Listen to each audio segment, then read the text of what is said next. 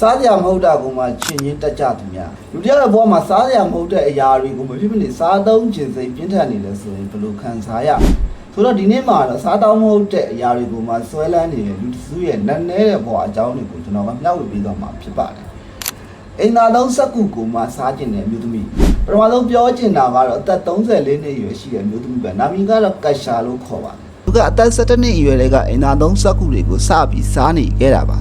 ါအဲ့တုန်းက6တန်းပဲရှိပါသေးတယ်မိသားစုနဲ့ခွဲခွာပြီးအတော်ဖြစ်သူရဲ့အိမ်ကိုပြောင်းနေရတဲ့အချိန်ကစပြီးဒီကိစ္စကြီးဖြစ်လာခဲ့တာပါအသက်34နှစ်အထိမပြတ်သေးပါဘူးတကယ်တော့စက္ကူဆိုတာဘာရတာမှမရှိပါဘူးသူလည်းအရသာရှိလို့ကြိုက်တာမဟုတ်ပါဘူးရှာပေါ်တင်လိုက်တဲ့အခါတရေတွေနဲ့စိတ်ပြီးပျော်ဝင်သွားတဲ့အရသာကိုကြိုက်သွားတာပါကရှာကြိုက်ဆုံးကတော့နှစ်ထပ်ရှိနေတဲ့တီရှူးတွေပါပဲဒါပေမဲ့နှစ်ထပ်စလုံးကိုတော့စားတာမဟုတ်ပါဘူးခွာလိုက်ပြီးမှအလွှာပါးလေးကိုရှာပေါ်တင်ပြီးစိန်ကန်တာပါပျော့သွားပြီးဆိုတော့မှဝါစားပြီးမြူချပါတယ်အဲ့ဒီကိစ္စကမကောင်းဘူးဆိုတာတော့သူလည်းသိပါတယ်စေကလည်းပြပါတယ်ဆရာဝန်လေးကသူ့ကိုဖြစ်လာမဲ့ဆိုးကျိုးတွေကိုလည်းပြောပြထားပါတယ်ဒါပေမဲ့ကရှာကတော့ဘလို့မှတားမြခဲ့ပါဘူးမစားရရင်မနေနိုင်မထနိုင်ဖြစ်ခဲ့တာပါအဲ့ဒါကြောင့်စားနေကြတီရှူးကိုအမြဲဆောင်ထားရပါတယ်တိတ်ကိုမှဆွဲလန်းနေတဲ့ကောင်မလေးနောက်တစ်ယောက်ကတော့အန်ဒရီယာဆိုတဲ့23နှစ်ရွယ်ကောင်မလေးပါသူကြတော့ကော်ပါတဲ့တိတ်တွေကိုစားကျင်တာဖြစ်ပါတယ်ဘယ်ချိန်ကဒီကိစ္စဖြစ်လာလဲဆိုတာတော့အသက်14နှစ်အရွယ်လောက်မှာပါအဲ့တော့ကတဖုံးနဲ့ဆိုင်တဲ့ဝေဒနာတစ်ခုဖြစ်လို့ကူးခဲ့ရပါသေးတယ်အဲ့ဒီကူးတပြီးနောက်ပိုင်းမှာတော့ထူးထူးဆန်းဆန်းဖြစ်ပြီးတိတ်တွေကိုစားကြည့်ခြင်းလာပါတယ်စိတ်လိုလိုက်ပြီးပါဇက်တဲ့ထဲ့ဝါကြည့်တော့လေကြိုက်သွားတာပါဒီလူကနေအန်ရီယာတယောက်တိတ်စားရတာကိုသဘောကျသွားတာဖြစ်ပါတယ်ဒီလိုနဲ့စားကောင်းကောင်းနဲ့စားလာလိုက်တာတနေ့ကိုတိတ်ခွေအသေး3ခွေကုန်တဲ့အထိပါပ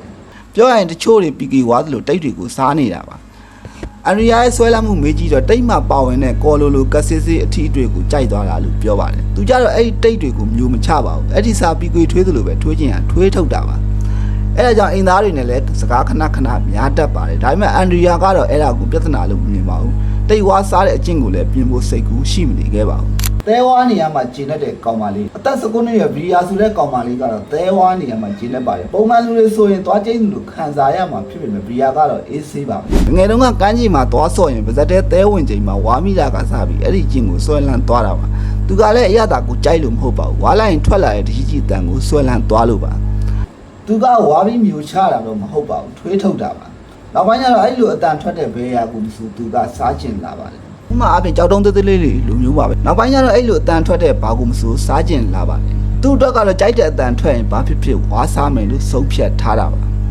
ချွေးနှံပြောက်စီးကြိုက်တဲ့ကောင်မလေး19နှစ်ရွယ်နီကိုဆိုတဲ့ကောင်မလေးကတော့ဒီလိုဖြစ်ပါတယ်သူကချွေးနှံပြောက်စီးစားရတာကိုကြိုက်နှစ်သက်ပါတယ်သူကဂျိုင်းလင်းတောင်းကချွေးနှံပြောက်စီးကိုလက်နဲ့ကော်စားပါတယ်နောက်ဆုံးသူ့ရဲ့ဘဝမှာချွေးနှံပြောက်စီးကမရှိမဖြစ်လို့တော့ပြောနေတာပါတရက်ကိုဂျိုင်းလင်းတောက်တော့ဒီပါလောက်ပါဇက်တဲကိုထိုးထည့်ပါတယ်အဲ့ဒီကတက်တွေရှာပေါ်ကြောက်လာတဲ့အခါဖြစ်သွားတဲ့ခံစားချက်ကိုကြိုက်တယ်လို့သူကပြောခဲ့ပါတယ်စားမယ်လို့စဉ်းစားလိုက်ရင်ပဲတွေတွေစိတ်ထွက်လာတယ်လို့လည်းပြောပါတယ်တကယ်တော့ချွေးနှံပြောက်စီးကအများနဲ့ပါဇက်ထဲဝင်နေလို့မရပါဘူးဓာတုပစ္စည်းတွေပါဝင်နေလို့ပါအဲ့ဒါကြောင့်သူကဖြတ်ကြည့်ဖို့ကြိုးစားခဲ့ပါသေးတယ်ဒါပေမဲ့မရပါဘူးခေါင်းကိုက်ချင်တယ်လို့စိတ်တူချင်တယ်လို့ဖြစ်နေလို့လက်လျှော့လိုက်ရပါတယ်မိတ်ကပ်ကမှမူရည်စေးလို့ဆွဲလန်းနေတဲ့ကောင်မလေးဘရဒနီဆိုတဲ့ကောင်မလေးကတော့အသက်22နှစ်ရှိပါပြီအားနဲ့ရွယ်တုန်းကအမေဖြစ်သူရဲ့မိတ်ကပ်ကိုပါဇက်ထဲထည့်ကြည့်နေတာနဲ့ဆွဲလန်းသွားတာဖြစ်ပါတယ်အဲ့ချိန်ကလေးကစပြီးစားခဲ့တာပါသူကမိတ်ကပ်ကိုအမှုတ်ချီလိုက်ပါတယ်ပြီးရင်တော့ဇုံးလေးနဲ့ကော်ပြီးရှာပေါ်တင်လိုက်တာပါတချို့တွေမူရည်စေးသုံးတဲ့ပုံစံမျိုးပါပဲသူကအယောင်လဲခွဲခြားပါသေးတယ်အယောင်ရင်းတွေထွက်အယောင်မှုတွေကိုပို့ပြီးတော့ကြိုက်နှစ်သက်ပါတယ်အဲ့ဒါကြောင့်အမေဖြစ်သူကမိတ်ကပ်ဖူးတွေကိုဖွက်ထားရလောက်တဲ့အထိပါပဲအဲ့ဒီခါမျိုးကြာရင်ဘရတနီကမျိုးစုံကြီးကြတက်တာပါရွယ်ရောက်လာတော့ကိုယ့်ဘာသာဝယ်စားနိုင်လာခဲ့ပါတယ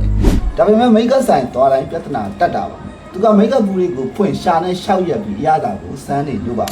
ဒီနေ့ဗီဒီယိုလေးကတော့ဒီလောက်ပါပဲနောက်တစ်စိတ်ဝင်စားစရာဗီဒီယိုများနဲ့အတူကျွန်တော်ပြန်လာခဲ့ပါဦးကျွန်တော်ဂျားထဲမှာဗီဒီယိုမတင်ပြဘူးဆိုတာကလည်းတခြားသောအလုပ်တွေနဲ့ကျွန်တော်ရှုပ်နေခဲ့လို့ပါကျွန်တော်ရဲ့ဗီဒီယိုလေးကိုပြန်ပြီးတော့စောင့်နေကြည့်ရှုအားပေးပါအောင်လို့ကျွန်တော်ပြောချင်ပါတယ်